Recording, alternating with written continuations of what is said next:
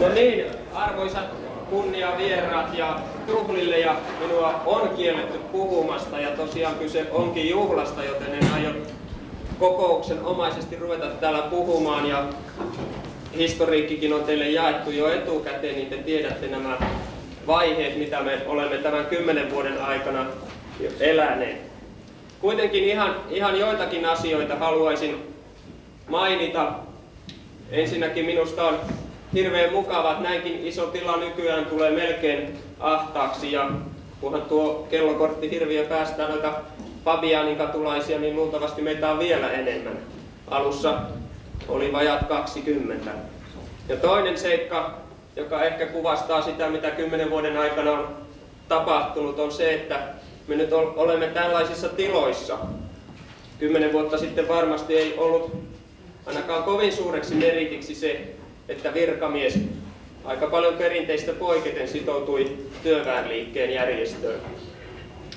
No, jos ajatellaan sitten tulevaisuutta, niin sen verran haluan siitäkin sanoa, että virattomaksi me luultavasti ei jouduta tulevaisuudessakaan. Ihan vain eilistä lehteä kun katselin, niin huomasin, että siellä oli pari semmoista asiaa, jotka varmasti antaa meille hommia. Vaasanläänin virkamiehet olivat kiinnittäneet huomiota tähän virkamieslakiuudistukseen. Se ei tyydytä, se ei ole tyydyttänyt meitäkään. Ja siellä on ihan selvästi sellaisia kohtia, jotka saattaa tuoda meidän hommamme yhä tärkeämmäksi tulevaisuudessa. Toinen asia, mikä kiinnosti näin AY-liikkeen kannalta, oli tietysti tämä, että valtiolta nyt aiotaan vähentää 2500 virkaa tointa ja niin poispäin. Ehkä se ei kovin pahasti tässä vaiheessa ainakaan koske vielä meidän työpaikkaamme, mutta sellainen uhkatekijä se on, että siihen varmasti joudutaan palaamaan myöhemmin. Ja näillä näkymin niin kuin tuntuu siltä, että tehtäviä varmasti riittää. No sitten mä haluaisin esittää kiitoksia.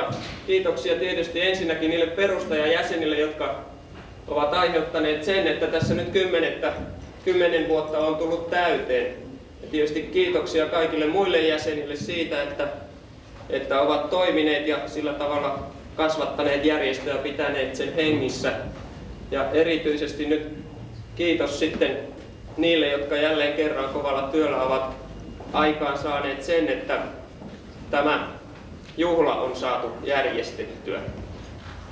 No, en aio todella pitempään puhua, vaan ehdottaisin, että ottaisimme sen ensimmäisen maljan 10-vuotiaan kunniaksi. Tervetuloa kaikille ja viihtykää!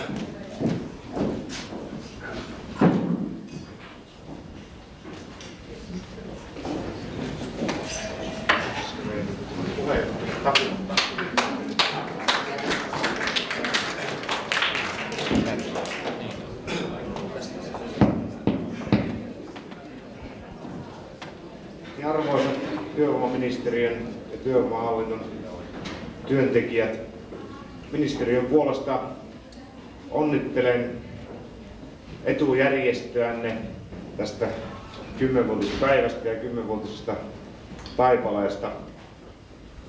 Tämä Suomihan on järjestäytymisen ja etujärjestöjen luvattu maa, jossa työntekijöiden järjestäytymisaste on hyvin korkea.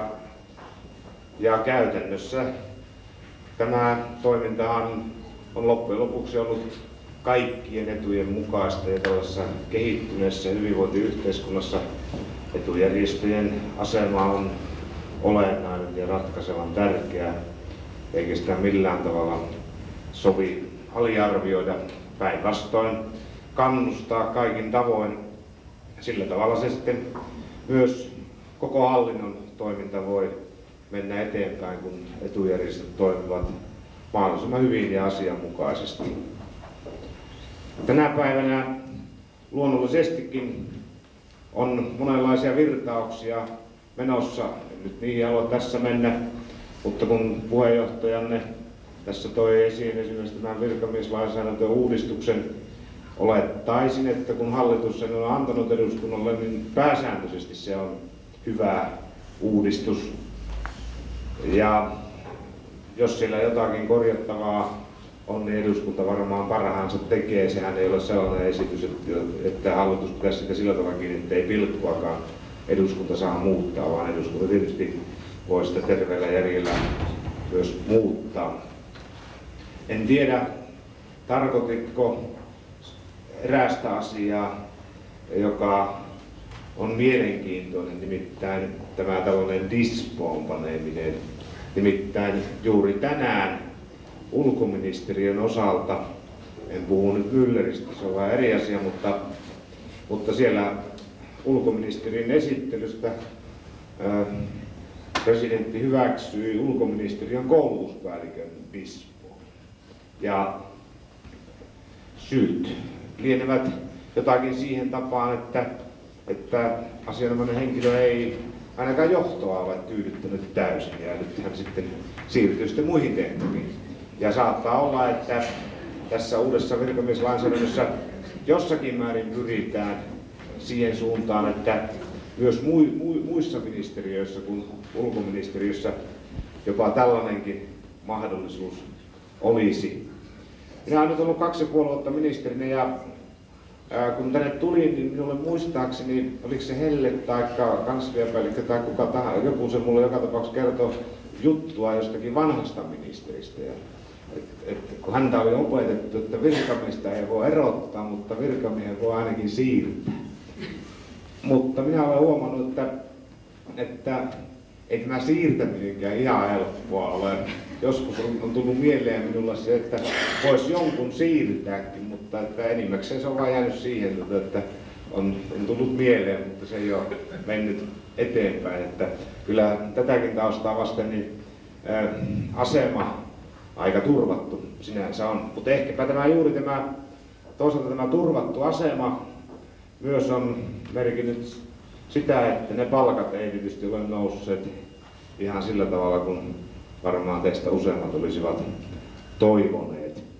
Mutta nyt kuitenkin viime yönä on ilmeisesti teidänkin kannalta jotakin myönteistä tapahtunut, kun on tämä uusi virkaehtosopimus nyt siellä tehty, niin ensin korotetaan herrojen palkkoja parilla palkkaluokalla, jotta tulisi sitten myös sinne alemmalle alapäähänkin kuoppakorotuksia ja muuhun tällaiseen varaan. Näin minulle on selitetty tämä asia ja siksi myöskin olen jollain tavalla ollut valmis nielemään sen, että herrojen palkat nousee, kun teille toisillekin on mahdollisuus tulla palkankorotusta sieltä.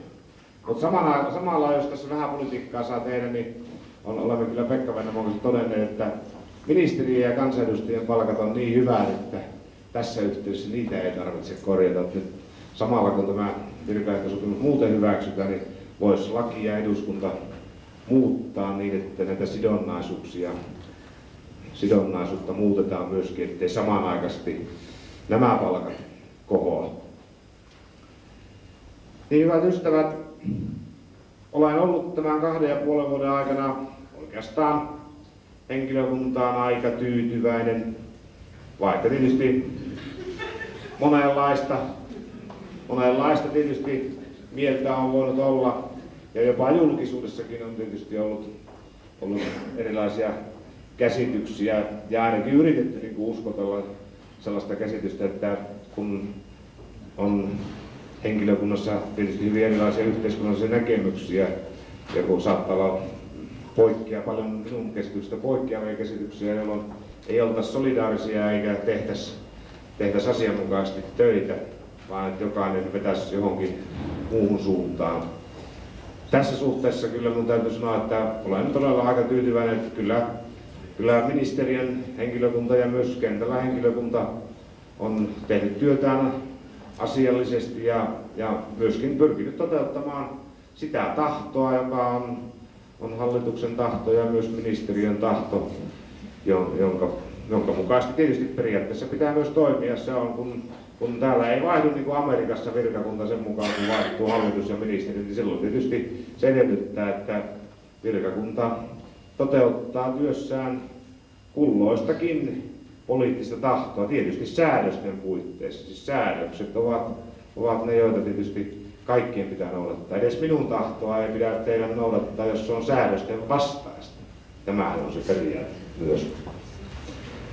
Toivotan järjestöllenne ja jokaiselle teistä erikseen kaikkea hyvää elämässä ja myöskin työinnostusta.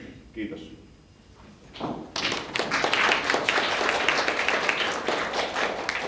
Kiitoksia ministerille ja ihan lyhyesti vaan voin todeta, että ei meillä ole ollut aikaisempien ministereiden eikä nykyisenkään ministerin kanssa mitään ongelmia. Yhteistyössä on asioista voitu sopia ja hoitaa niitä. Ja haluaisin vielä erityisesti kiittää nyt läsnä olevaa ministeriä näistä puitteista ja muusta positiivisesta suhtautumisesta näiden juhlien järjestämiseen, jota olemme saaneet kokea. Kiitoksia. Tiukasti on. Tiedätte, haluaako perimmäiset kuulla vai ei?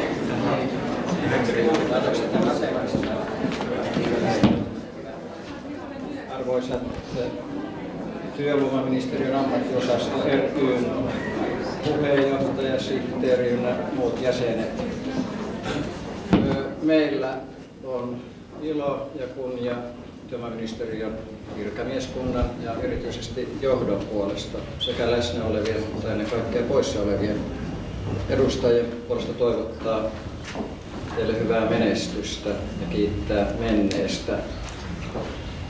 Meistä on hauskaa, että me voimme onnitella Suomen suurinta ja Suomen vanhinta työvoimaministeriön ammattiosasto ry:tä.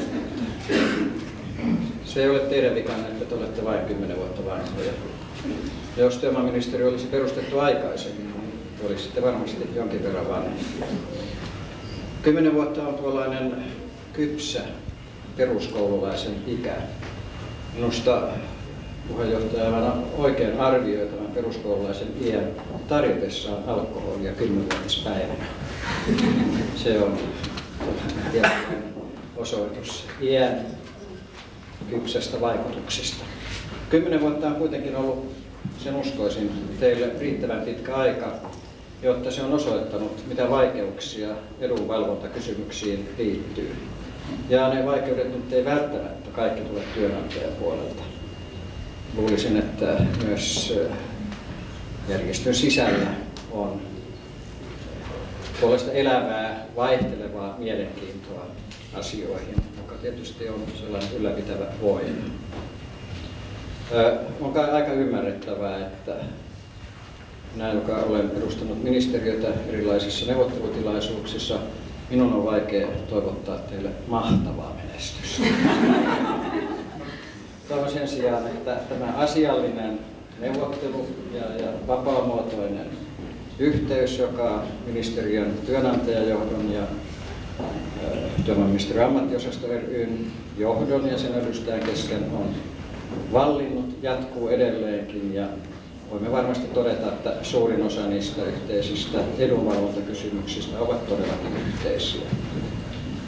Pyydän vielä kerran saada onnitella ja ojentaa pienen kukkalaitteen, joka ilmentää tietynlaista säästäväisyyttä hallinnossa, koska tämä pieni kukkanen ei ole lihansyöjä kasvi, vaan se on sellainen, joka kuivuessaan säilyy sellaisena loppuun saakka. Semmoinen ikimuistettava lahja, jonka me voimme ottaa esille sitten, kun te täytätte seuraavat vuosikymmenet.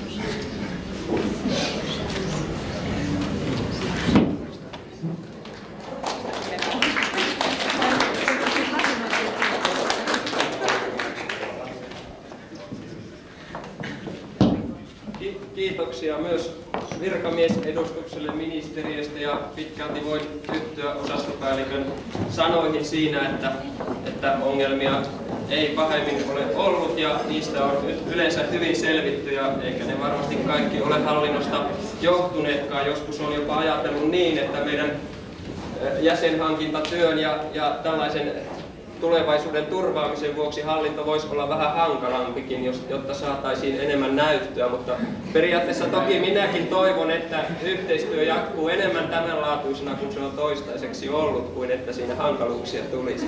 Hyvät neuvot eivät koskaan tule liian myöhään.